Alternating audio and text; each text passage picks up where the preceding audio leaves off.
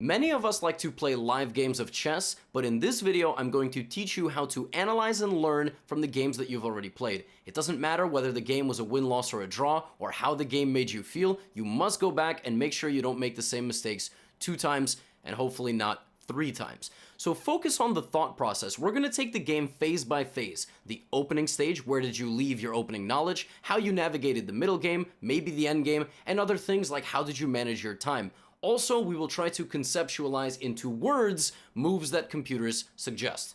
Okay, so with that said, 3 people are going to be featured in this video, the first of which is my girlfriend, Lucy. She volunteered to be in this video. Now, when you first turn on any sort of analysis, could be chess.com, whatever it might be, it'll show you this big fancy thing. That thing is nice, but it is more important to analyze with computer, and you'll see I have that in the bottom right-hand side. Let's go with the very first game.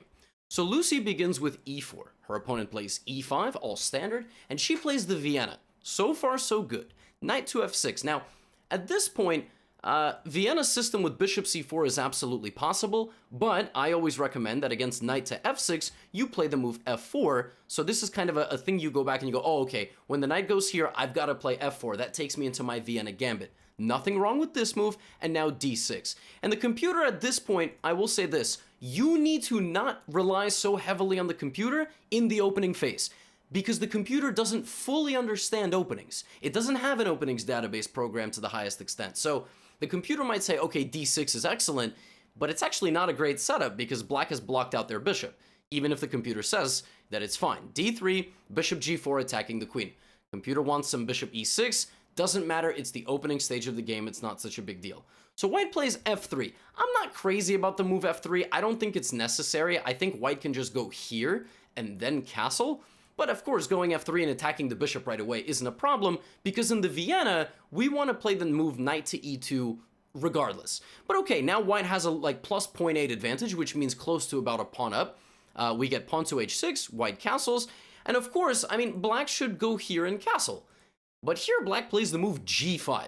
And the computer's saying, okay, g5 is good, but you'll notice that the evaluation has jumped to plus 1.5, right? So computer's a little bit weird like that. I mean, g5 is not a great move. This is not a great move. And black is weakening their own king side and not developing any pieces, but spending a lot of time, actually. Look at the time usage for black, 13 minutes. This is a 15-minute game, so... Now here, white should look to break out in the center because white is developed, or white should just continue with developing another piece. Lucy plays the move knight d5. There's nothing inherently wrong with trading knights here like this, but your bishop's going to get kicked out, and that's exactly what happened in the game. Now, of course, here, the 2 squares that the bishop could go to, it's better to go back to b3. Why? Because if you go back to c4, which is what happens in the game, it's still considered excellent, but it allows black to play the move d5, which attacks your bishop once again, right? You wouldn't have had to deal with that if the bishop just went back here.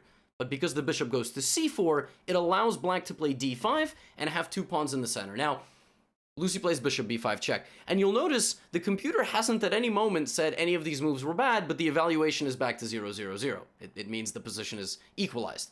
If you actually use the engine lines here, what does it say? Well, it actually says that, bishop, that this position, bishop to b3, is a considerably better move than bishop back to c4.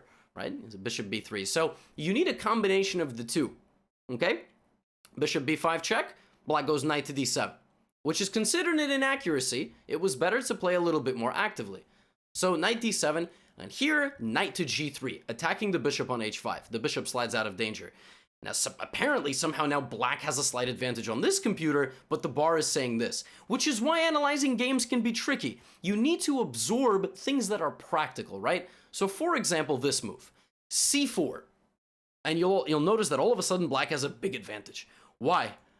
The move c4 doesn't look like a mistake. The move c4 is an incorrect decision of pawn structure, is what it is. Instead of c4, look at what was recommended. Bishop to e3, just developing the bishop, stopping black from playing this check, right, which can hit the king, and the bishop on c4, just developing another piece.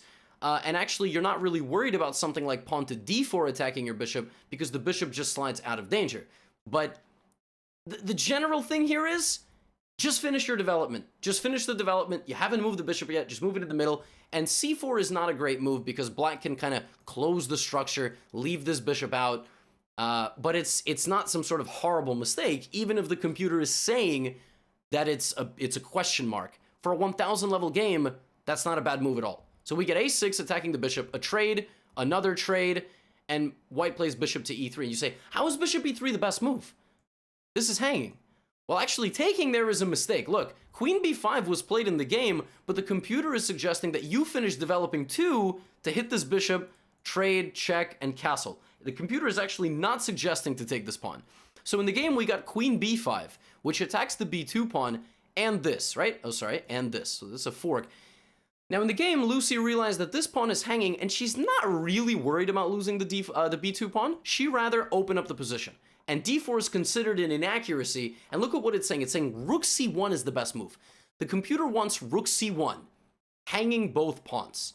Now, how do you verbalize that? Like, why would the engine want this? For a beginner, there's no easy way to verbalize that. I mean, why is rook c1 the best move according to the computer? It basically, the point is that you can sacrifice a pawn here for activating your rook. That's the point. Black is spending time taking the pawn, you can activate your rook. But for what? You don't see the immediate gain of rook to c1, so you can't really fault a move like d4. For this level, this is a great move. Why? Because the position now begins to open.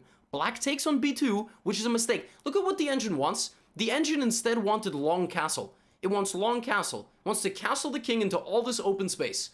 I mean, that's just so impractical, right? Queen takes b2, pawn takes e5, and now queen takes e5 is a losing mistake. And you know what the craziest thing is? It's not a losing mistake because of this move.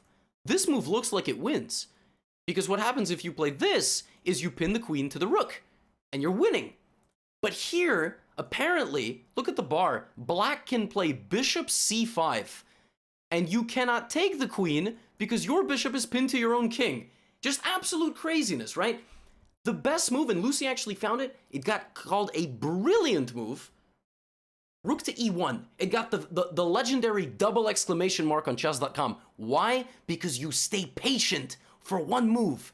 You stay patient. The queen is lined up to the king, so any bishop move is going to be a hit on the king, and by staying patient, black cannot stop both threats. If you play bishop c5 now, then I just take the bishop, and you can't take back because you're pinned, and you're going to lose. So by staying patient for one move, white got this brilliant move. It's actually funny, I spoke to Lucy about this, and we were discussing this move, bishop d4, but she was like, well, I saw rook to e1 and then this, and this was my whole idea. And I was like, it's funny how that works, because the computer, if you played this in a game, would have said bishop d4 was a mistake, even if the game would have ended with you winning a rook. The computer would have said bishop d4 is a bad move because of this crazy defense. But you need to understand that for your level of chess, whatever it is that you are, just because a 3000 level cyborg says it wasn't good, look, white is playing great so far this game, right? Both players made the mistake this game of not developing fast enough. Black never developed. And after rook e1, black's in serious trouble. Black plays rook c8, bishop d4, and is just losing a queen, right? Like straight up just losing a queen, has to sacrifice. It's now a check, and the rook is hanging, so now it all falls apart. But there's one funny moment of this game, which is why computers are so terrible. Rook c6. Now, how do you win this with white with the extra queen? You bring the rook. Fantastic move, trying to trade. Rook jumps into c8.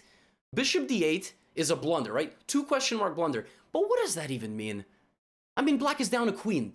Like, how can you, like, you know, look at what the computer says. It's like, oh, it's plus 10. Oh, but this move blunders mate.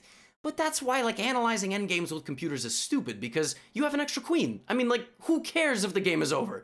You know? Like, the best move the computer wanted was to move the king and attack the rook. Now, this is really funny. This last one cracks me up. Queen d1, threatening mate, which looks unstoppable, and black resigns, is considered an inaccuracy. The move which won white the game and forced the resignation is an inaccuracy. Why? Because the only way to stop mate here is to play rook to e1 check, hitting both the king and the queen, okay? If the queen takes the rook, the king now escapes. And you'll mate in apparently 7 or 8 moves if you play the best. However, if you had played queen to d2, then this check wouldn't hit the queen. And your best move, according to the computer, is to move the king, to keep the queen lined up to this bishop, to not take the free rook, and to go here because mathematically speaking, you're going to take the bishop. This is why I'm showing this video, because some things you can take from computers and try to understand, but other things you simply cannot. You simply cannot, right? Like, okay, I mean, like White played a great game. White played a great game. What did White do wrong? Well, in the opening, White didn't go for the Vienna Gambit. So next time we go for the Vienna Gambit. What did Black do? They played this kind of strange move, and then Black just played too aggressively. Did White have to trade knights? No, but this was a fantastic game, even if the computer gives it, what, 50% score? To me, this was a 90% score game, because White blundered nothing. White is a 1,000 rated player that didn't make a blunder. I mean, White made a few inaccurate moves, according to the computer. Did White ever blunder? No. And the moment that Black blundered, Rook E1 won the game, Bishop D4, boom. Fantastic game, honestly. And I'm not just saying that because she's my girlfriend and she'd be upset, right? Now we go to this game, okay? So this is a game kind of ping Jake played. It's a game he played with the black pieces. He's a 1,537 rated player, so a little bit higher, right? But we're still going to use the engine. And notice the accuracy here, right? The accuracy says that Jake played at 36. Jake did not play this game at 36. He didn't win this game, but he definitely didn't play it at 36% score. So let's go through it, okay? Let's use the analysis. Let's go show lines. E4. So Jake plays the Caro-Kann. D4, D5.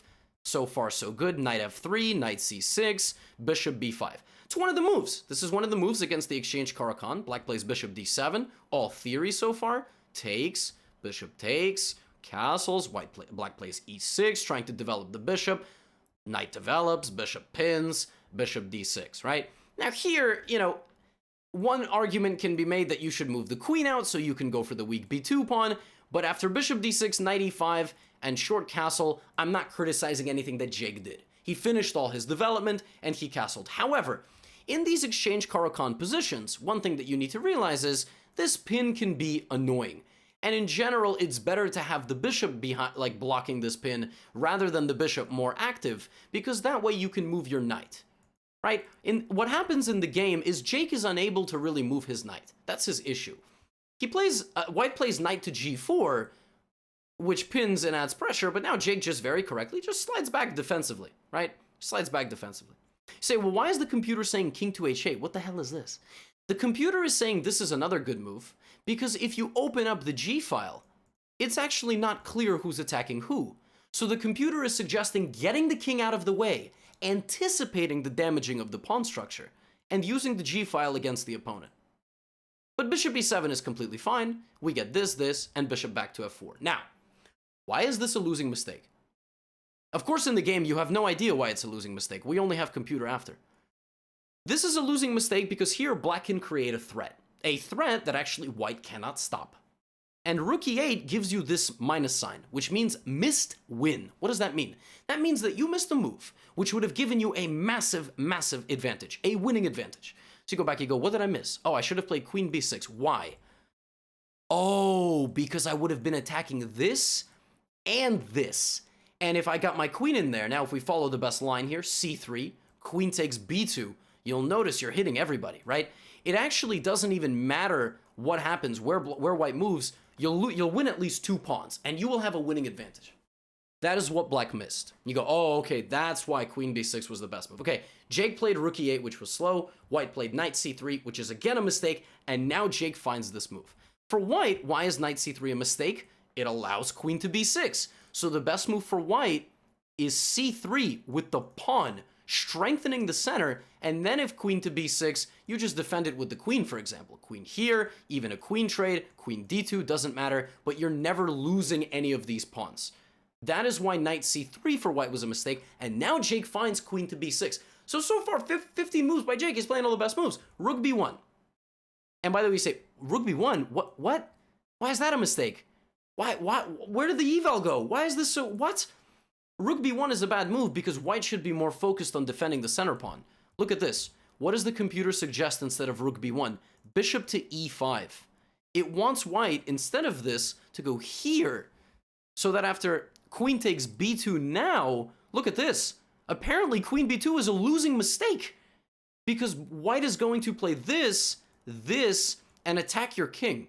Like, just play Rook here, defending the knight. It looks like Black has played only natural moves, but suddenly Black is losing. because white has opened up the king and is going to get in here with the queen and the knight. Excuse me, the queen and the rook. So now the best thing is to take first, not open your king, and then go queen takes pawn. So it's all these little details, right? Rook to b1 was played in this game, and black plays bishop takes d4. Now we get bishop back to g3.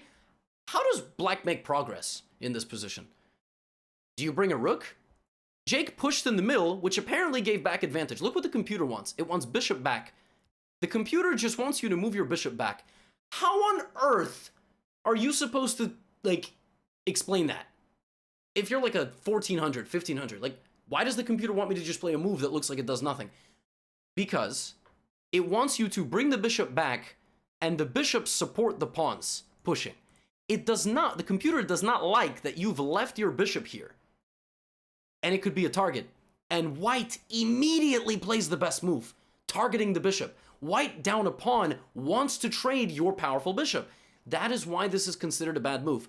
Go back with the bishop first, anticipate that your piece can be a target, and then you push your pawns.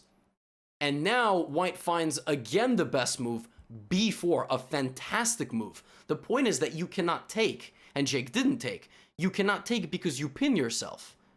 And by pinning yourself, white now plays c3 and wins the bishop. Great move by white. And that forces black to go back to d6. Now white finds another excellent move, utilizing this pin. So basically your bishop, by not retreating a few moves ago, doesn't have a home anymore and is stranded in the line of sight of all the other pieces. c4, another beautiful pawn move by white. You cannot take. You cannot take this. But what's the threat? There's a few threats with this move. Number one, it's to take you because you're protected. So you can't take. Why can't you push? If you can't push, because c5. c5 is another threat. Whoops. c5 is another threat. So there's too many threats here. Push the pawn and take. You can't stop both. But look at what the computer wants. It wants queen c7. Why does it want that move? Doesn't that just lose a pawn? Yeah. But the computer is trying to argue that even though you lose your pawn, you're still +2 of advantage. Black has nearly 2 points worth of advantage. It doesn't feel that way. You just lost a pawn. Material is equal. How do I have 2 points of advantage? Well, yeah, I mean, it thinks that you have more space. It likes control of the c-file. It likes the bishop, and it thinks that white's pieces are not active enough. But that's why it's so tricky to analyze with computer. In the game, Jake played rook d8, and we know that is obviously a bigger mistake because after rook to d8, c5. And after c5, of course, what does Jake do here? Well, he's forked, so what should he do? He should take. He should play bishop takes, pawn takes, and queen takes to get 2 pawns. But he goes here, which is a big mistake. It's a big mistake because after take, look at that. Look at that, by the way. Do you see that? Taking back is a mistake. The best move, according to the computer, is to push the pawn. I mean, what? Do you know why that's the best move? Because it's the computer's arguing the d pawn that you're trying to capture is not going anywhere, and it's more important to negate the movement of the white knight, which is so easy to understand if I sit here explaining it to you. But how on earth are you supposed to know not to take a pawn to just create this barrier so that white can't move the knight? I mean, it's all about anticipating what the opponent wants. But this is a mistake, a much more obvious mistake. Because of course you need to take this and get 2 pawns, not 1, right? So that's a little bit more practical. Queen c4 is good, but the problem is that knight c3 comes with an attack on the queen and this. That is the problem. If you had anticipated knight c3, you would have went, uh-oh, that's really bad. And after queen c4, black, there's bishop takes e5, which is the wrong move. Bishop takes e5 is actually the wrong move. White should have played, according to the computer, a move like rook takes e5. Okay? Why rook takes e5? Well, it creates a threat on your rook, right? If I take your knight, which looks free, then you take, I take, and you take my rook, and you are completely winning. So, if we go back a little bit, Why is bishop takes e5 wrong? Well, this bishop is guarding the knight. So if you play rook takes, that's the best move. You get the bishop, and then you get the knight, and there's no mate. This is not mate because the bishop is covering. It is better in chances where you can get 2 pieces for a rook to see that you could get 2 pieces for a rook. So that is much more understandable as a concept. But Jake plays this move, which I don't like so much, but then f4 happens. Why is f4 such a blunder? f4 is such a blunder. f6 looks like the best move. This looks like the best move, which is what Jake played. Now if the bishop moves, you take here. Right? But the computer wants you to go d4 because it thinks that this is the best move. Because this pawn cannot be taken because of the pin. This is really difficult. When the computer's out here spouting lines at you and telling you this was good, this was not good, it's really hard. I like f6 because the computer says what? b5? I mean, come on. That didn't happen. Queen b3 happened. And now, I mean, you're about to win this, right? So of course you should trade. You have to win this bishop. You have to trade the queen. Take the queen, take the bishop, don't ask any questions. But Jake goes here. And that leaves the queen as a target. This is a much more understandable mistake. The bishop is hanging. What's worth more than a bishop? The queen? I'm gonna chase the queen down. You just gave me a target. A lot of this is anticipating how our piece can be put under attack. You notice that throughout this game, it's, can they attack my piece? Be simple. Take the queen, take the bishop. But in the game, what happens? One mistake, and now we're still losing this bishop, but we have 1, 2, 3, and white shatters our defenses. Finally, we take this back, but it's too late. Now the knight is here, and the knight gets to c7, and the game is over. Because both of our rooks are under attack. King h8, they pick up the rook, we take back, rook d8 check, and that's it. I mean, we just can't defend ourselves fast enough. We go back, and white plays queen a4, excellent move. Putting pressure on this pin, right? We have to go back, and the final domino falls, and white wins with the move, rook takes e5, and black resigns. And black resigns because after take, you cannot prevent this bishop from being taken, and the game is simply over. All of this is so difficult to conceptualize into terms, but you can, and we did. That's actually one thing that you have to realize, like we did. As the game was going on, we were saying, well, I have to create more threatening moves. Exactly, I created a more threatening move. White defended the wrong pawn, and rather than me pushing my pawns blindly, I need to make sure my pieces are not targets. If I want to go e5, can white go here with the knight? Oh, that looks a little unpleasant, right? Backwards knight moves. And what did we learn? c4, there's multiple threats associated with the move. Be careful, there is a fork. Bring it back, lose the pawn, and then regroup. Also, if you blunder something like this, 2 pawns for the piece. 2 pawns for the piece rather than 1. This is not a practical blunder, but here, right here, keep it simple. Take the queen, take the bishop, don't ask any questions. Queen d3 is too much, right? And immediately our queen became a target and the position fell apart. So a lot to learn from a game like this. The opening was good, a lot of middle game concepts here, a lot of piece dynamics and interactions, and now we will end the video with an extremely impressive game. A game by one of my subscribers rated 1900 Blitz, but 2300 10-minute rapid chess. Excellent player, he's given me trouble in the past before. His name is Razorlike, and perhaps the thing that Razorlike should be more proud of here, most proud of, is look at this evaluation.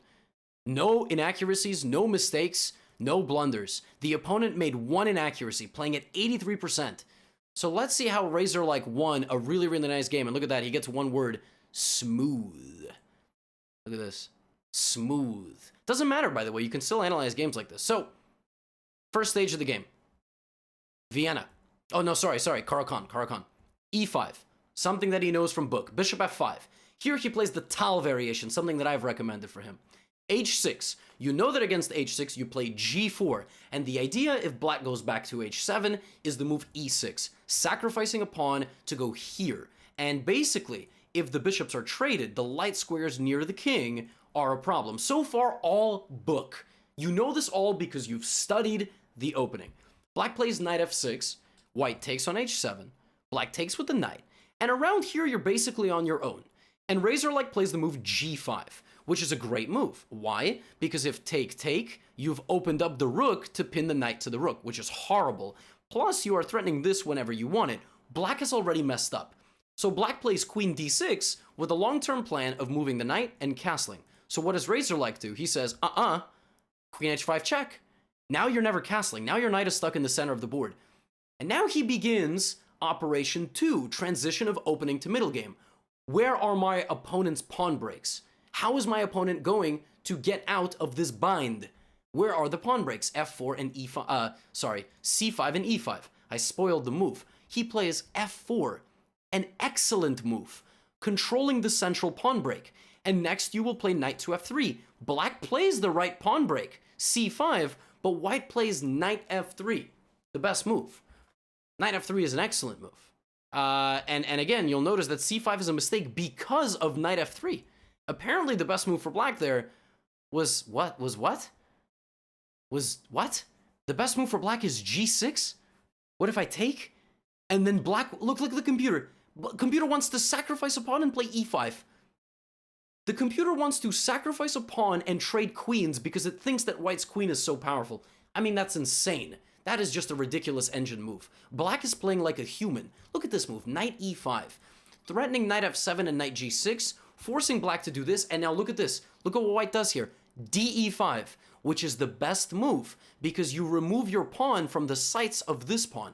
You create an impenetrable structure.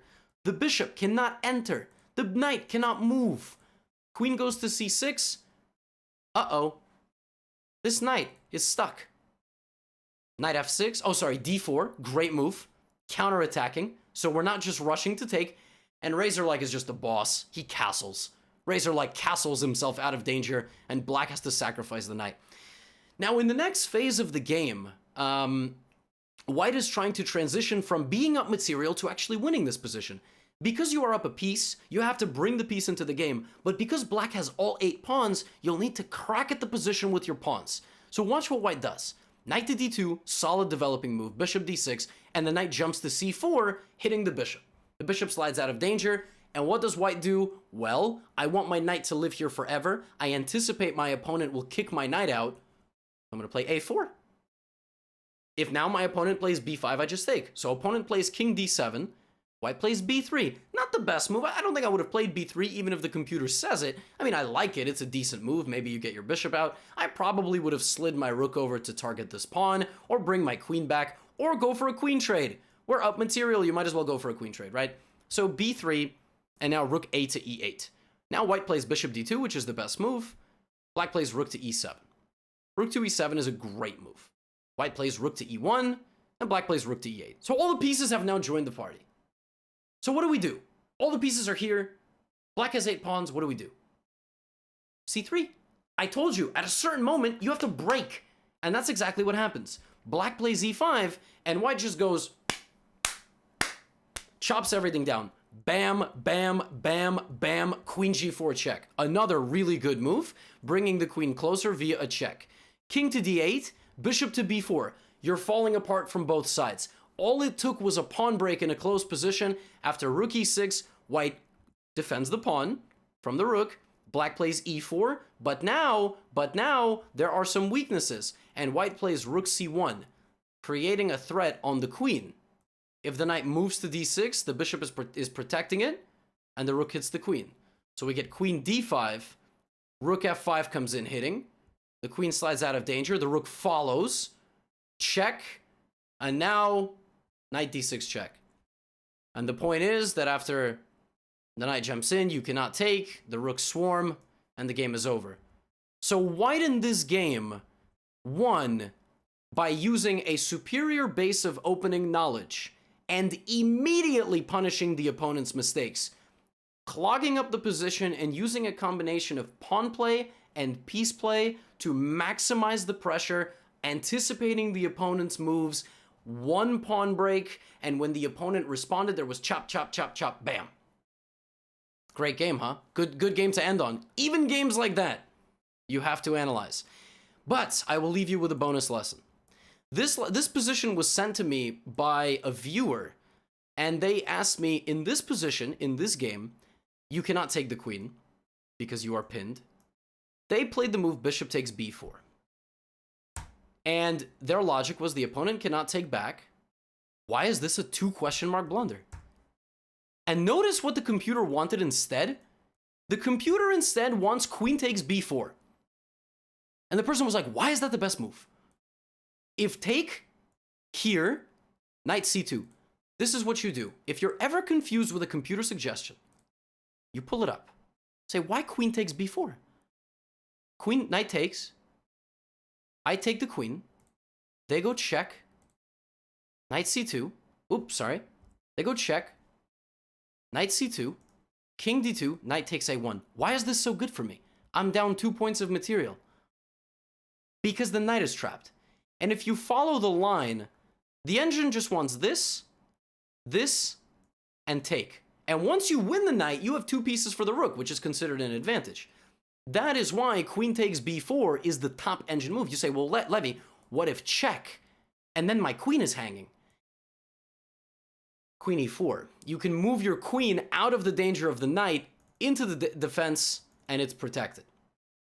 That is how you learn from engine suggestions. Then you go back and you try to incorporate it into your own knowledge of the game and go, is that something I could have seen? Probably not. Sometimes the computer gives you an evaluation that's 5 moves deep. You have to decide whether or not that is practical for your application of the game. But what you do absolutely have to zone in on with all of this is that, was your opening good? You have to go review your opening line. If it wasn't good, did you get a good position from the opening? How did the opponent play that was different from what you knew? How was your middle game? Did you follow good tactical patterns? Did you implement a good game plan out of your opening, like Razorlike did in that last game, right? The ideas of your opening. And then tying all of these suggestions back to yourself. Oh, I realized here I should have taken the bishop for the 2 pawns rather than the 1 pawn. Or here, oh, okay, I see. But sometimes you won't understand. You need to apply the knowledge to your chess that is the most practical. But one thing is for sure, you have to absolutely analyze your games. Thanks for watching. If you've enjoyed any of today's video, well, I suppose it's 32 minutes in, so if you enjoyed the video, give it a thumbs up, share it with someone who you think also should learn from their own games, leave a comment. Like I always say, I love going through them, even the ones that are mean, but don't be forced mean. Let the trolls be mean. If you have something nice to say something nice. Check out some of my other playlists. I have them on openings, tactics, long rating climb videos where I play against my subscribers. And let me know in the comments if there's a concept for a video that I have not yet covered. I'll see you in the next one.